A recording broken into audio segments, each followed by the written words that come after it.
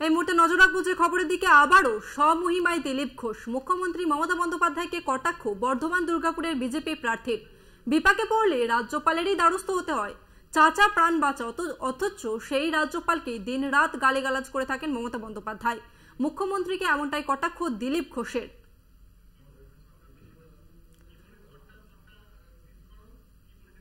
কি বলেছেন দিলীপ ঘোষ শোনাবো।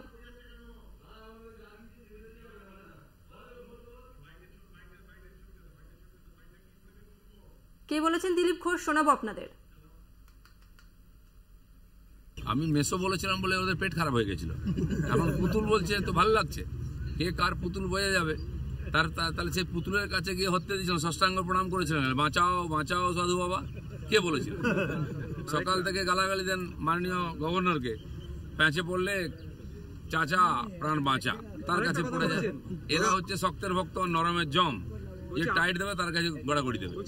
আমি মেসো বলেছিলাম বলে ওদের পেট খারাপ হয়ে গেছিল। এখন পুতুল বলছে তো ভালো লাগছে, কে কার পুতুল বোঝা যাবে।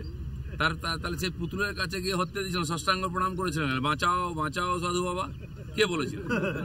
সকাল থেকে গালাগালি দেন মাননীয় গভর্নরকে, প্যাঁচে পড়লে চাচা প্রাণ বাঁচা, তার কাছে পড়ে যায়।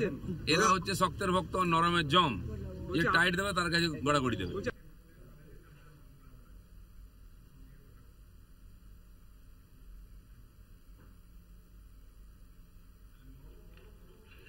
ফের বেলাগাম দিলীপ ঘোষ। আবারও কুরুচিকর মন্তব্য দিলীপ ঘোষের।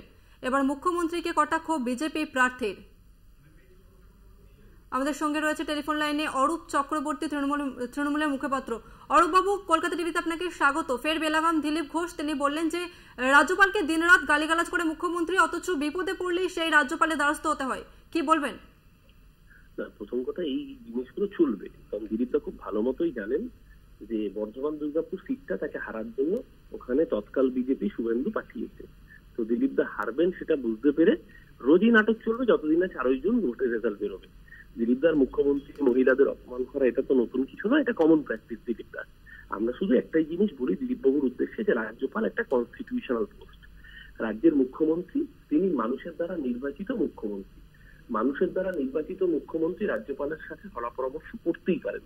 আইনে সেই সংবিধান রয়েছে, আইনে সেই প্রণিধান রয়েছে। আমাদের বক্তব্য খুব পরিষ্কার। দিলীপ ঘোষের এই বক্তব্য তো আসলে প্রমাণ করে দিচ্ছে রাজ্যপাল বিজেপির হাতের পুতুল।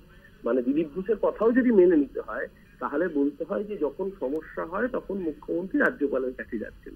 তার মানে বিজেপি যে সমস্যা করছে সেটা দিলীপ ঘোষ স্বীকার করলেন, এবং সেই সমস্যা সমাধানের জন্য যদি মুখ্যমন্ত্রী রাজ্যপালের কাছে যান ওনার কথা অনুযায়ী, তার মানে রাজ্যপাল যে বিজেপির হাতের পুতুল সেটা দিলীপ বাবুর বক্তব্যেই প্রমাণিত হয়ে যাচ্ছে। তাই দিলীপ বাবু যত মুখ খুলবেন ওনার দলের জন্য তত ক্ষতি। আমি অ্যাডভাইস দেবো, দিলীপদা বয়স হয়েছে, শরীরের উপর ধকল পড়ছে, বর্ধমান দুর্গাপুরে প্রচন্ড গরম, আপনি 4 তারিখে হারবেন, হারার জন্য আপনাকে শুভেন্দু ওখানে পাঠিয়েছে। আপনি বরঞ্চ আগামী দিন কি করে আবার ওই আরএসএস এর প্রচারক হয়ে আন্দামানের দ্বীপে কালাপানিতে গিয়ে কাজ করা যায় সেটার প্ল্যানিং শুরু করে দিন। 4 তারিখে বর্ধমান দুর্গাপুরের মানুষ আপনার এই সমস্ত কুমন্তব্যের জবাব ব্যালট বাক্সে দিয়ে দেবে। বেশ, ধন্যবাদ আপনাকে অরূপ বাবু। আমাদের সঙ্গে ছিলেন তৃণমূলের মুখপাত্র অরূপ চক্রবর্তী।